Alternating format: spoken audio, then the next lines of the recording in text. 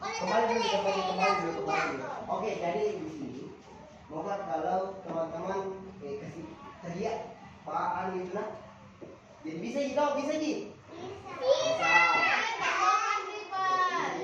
Satu, dua, tiga.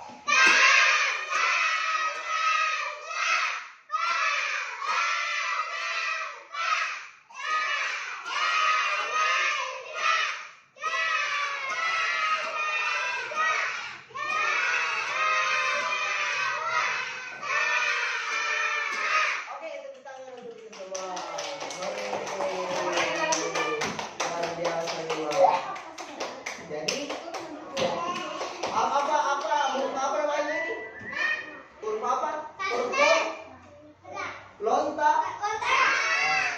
Jadi lontara itu milik orang mana?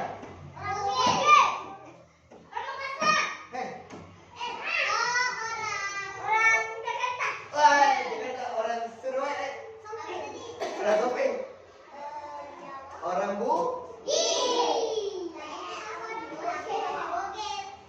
Orang Bugis.